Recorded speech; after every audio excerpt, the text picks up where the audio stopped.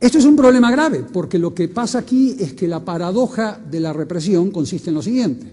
Tú le tiras más soldados y más policías a los grupos criminales y ellos con sus patrimonios intactos lo que hacen es simplemente se defienden con más corrupción y más violencia. Les tiras más policías y más fiscales y ellos aumentan su nivel de corrupción y su nivel de violencia. Con lo cual tienes este círculo vicioso de violencia organizada y violencia extrema que acabamos de comentar, que es muy lamentable. Ante esta situación, lo que los países que desean contener a la delincuencia organizada hacen es algo que está muy bien descrito en la Convención de las Naciones Unidas contra la delincuencia organizada, que se denomina la Convención de Palermo. En la Convención de Palermo hay 4 tipos de medidas importantes que los estados que las han aplicado al mismo tiempo han demostrado algún tipo de avance para contener a los grupos criminales. El primer tipo de medida es la sanción judicial en un Estado de Derecho, un sistema judicial que funcione como tal en un Estado de Derecho donde puntillosamente se le respeten los derechos humanos a las víctimas y a los imputados. A las víctimas y a los imputados. Muchos me dirán, pero ¿cómo se está preocupando tanto por derechos humanos ante esta barbarie? A veces me comentan los funcionarios off the record. Y yo les comento que justamente el respeto puntilloso a las convenciones internacionales de derechos humanos es lo que hace que la ciudadanía comience a percibir a la autoridad como legítima y comience a colaborar con las autoridades para brindar material probatorio, con la cual los fiscales pueden fundamentar y motivar mejor sus acusaciones. Por lo tanto, este aspecto que es la primera rueda, el primer pilar de política pública hoy en México está ausente. Ni siquiera el pilar represivo les está funcionando porque el sistema judicial no le funciona. El segundo pilar tan importante que les queremos recalcar es el pilar de prevención social. La prevención social no es un discurso político, es simplemente atender a los factores de riesgo que hacen que niños entre 12 y 18 años estén tomando las armas para formar parte de pandillas transnacionales y pandillas regionales y pandillas locales. Hay factores ligados a escolaridad, hay factores ligados a adicción, hay factores ligados a disfuncionalidad familiar, hay factores ligados al ámbito de violencia en los vecindarios, en los cuales el Estado y la sociedad civil tienen que formar alianzas, tienen que formar redes, como se está haciendo en Italia a través de la red Libera, con 1.200 asociaciones civiles, haciendo alianza con gobiernos locales, como en Bari, Italia, donde se comienzan a abordar estos temas ligados a factores de riesgo de salud, factores de riesgo de educación, ausencia de oportunidades de vida y demás factores. Esa es una política de prevención social que hoy en México está ausente. El tercer factor importante de la Convención de Palermo es el factor de corrupción política, la prevención de la corrupción política. No son más policías y más fiscales persiguiendo políticos, es que los mismos partidos políticos, las mismas facciones políticas, lleguen a un acuerdo, algunos le llaman tipo Moncloa en México, para poder autolimitarse, autopurgarse y deshacerse de la cloaca de corrupción política que está invadiendo a todos los partidos mexicanos, izquierda, derecha, centro, acá no hay ideologías. Eso es algo que ha ocurrido en algunos países parcialmente. Hubo un movimiento de manos limpias en Italia, hubo un movimiento de manos limpias en algunos países que ha logrado que la clase política primero se cuestione, cambie sus reglas del juego y comience a impedir que las campañas electorales sean financiadas de la manera que son financiadas hoy en día.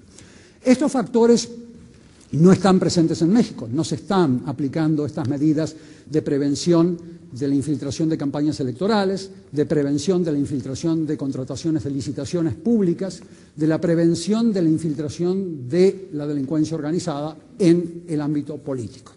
Porque la protección política es un pilar fundamental con la cual la delincuencia organizada crece hacia dentro de México y hacia afuera de México, como les dije antes.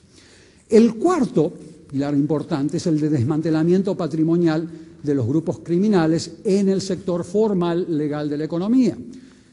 Los reportes de inteligencia financiera provenientes de 68 países del mundo dan cuenta que en México el 67% de los sectores económicos del PIB, del Producto Bruto Interno, han sido infiltrados. Eso no es solamente algo que le pasa a México, le sucede a muchos países del mundo.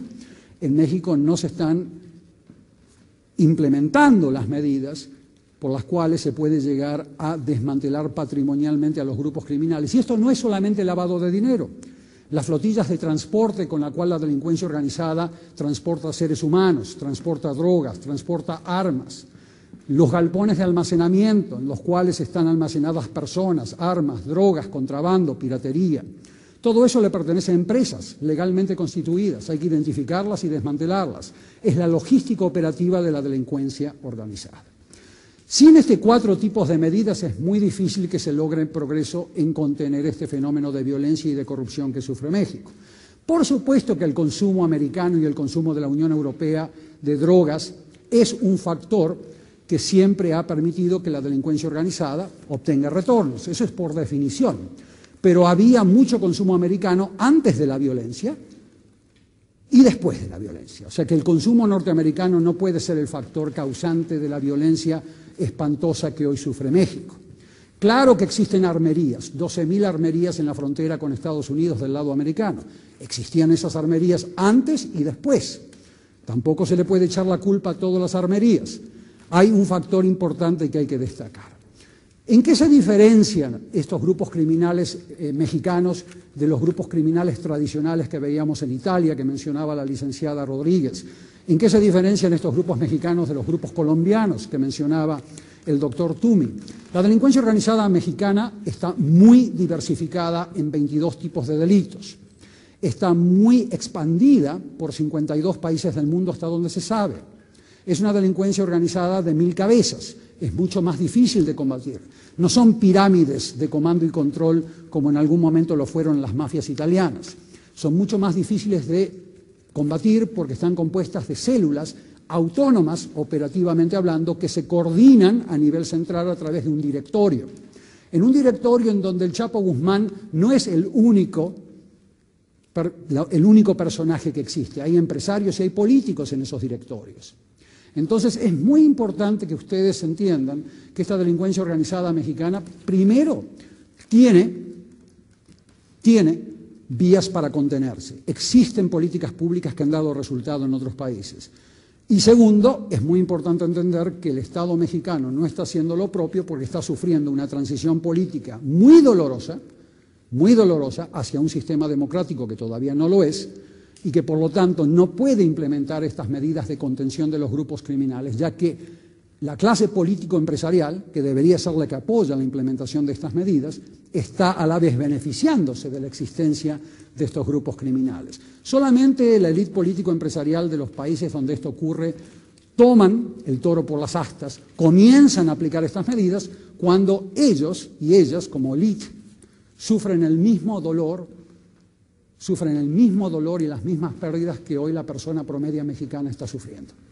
Es ahí cuando ese dolor, cuando esa violencia le llega a la casa de los señores Slim, de los señores Azcárragas, de los señores Salinas Pliego, de toda esa élite, que no necesariamente tiene la culpa ni está participando en ningún tipo de delito, pero sin embargo no está promoviendo la implementación de estas medidas. Cuando los senadores, como sucedía en Italia, que invitaban a los mafiosos a sus casas, que invitaban a los mafiosos a sus clubs más exclusivos, cuando esos senadores, cuando esos diputados comienzan a sufrir el mismo dolor que hoy tú ves en Ciudad Juárez, que lo sufre la madre y el padre promedio, es ahí cuando estas medidas se comienzan a tomar con seriedad. Lamentablemente México no ha llegado todavía a ese punto, no ha llegado todavía a esa situación. Lamentablemente México tiene mucho dolor por delante. El gobierno mexicano le está apostando a la consolidación de un solo grupo criminal en su territorio. Eso no va a ocurrir. Hay muchos grupos criminales extranjeros y mexicanos compitiendo en territorio mexicano para capturar a las autoridades, para capturar al Estado mexicano. Esa competencia por la captura del Estado y por la captura de 22 tipos de mercados ilegales está causando la violencia que estábamos mencionando antes y que hemos visto en estas fotografías. Ahora bien, como panacea y como señuelo, a ustedes les están ofreciendo la legalización del consumo de drogas, como si uno legalizase la marihuana, el Chapo Guzmán desaparecería del planeta. Eso no va a ocurrir. Es una delincuencia organizada demasiado diversificada. Y además, la descriminalización, la despenalización del consumo es una excelente política de salud pública, no contra la delincuencia organizada, solamente cuando los países tienen dos andamiajes institucionales que México no posee todavía. El primer andamiaje es el que les mencionaba antes, el de prevención social, donde tú tienes que tener a los ministerios de salud, del trabajo, de desarrollo social, de educación, trabajando en un solo gabinete de seguridad humana, en colaboración con la sociedad civil, de la manera que lo está haciendo Italia. Eso México no lo tiene, no hay prevención social. Si tú despenalizas el consumo sin prevención social, te aumenta la demanda, te aumenta el consumo, aumentan las muertes y las adicciones. Y segundo, el marco regulatorio, que es muy importante. México no es capaz de regular sus propios antibióticos, sus propias aspirinas.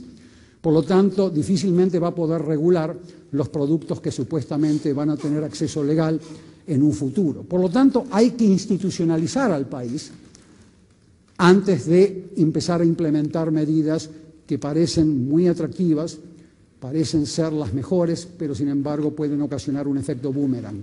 Es una excelente política de salud, pero no es una excelente medida para hacer desaparecer a estos monstruos de delincuencia organizada que se han estado expandiendo hacia lo largo y lo ancho del continente y hacia Europa y hacia Asia y hacia África.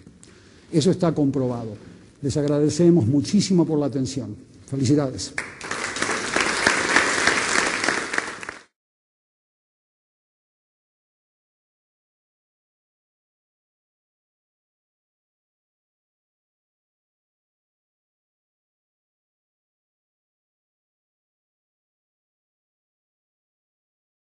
Les tiras más policías y más fiscales y ellos aumentan su nivel de corrupción y su nivel de violencia.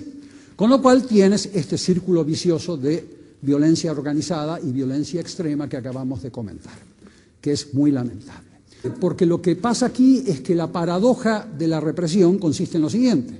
Tú le tiras más soldados y más policías a los grupos criminales y ellos con sus patrimonios intactos lo que hacen es simplemente se defienden con más corrupción y más violencia.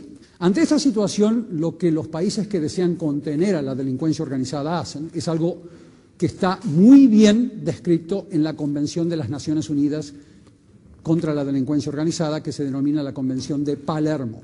En la Convención de Palermo hay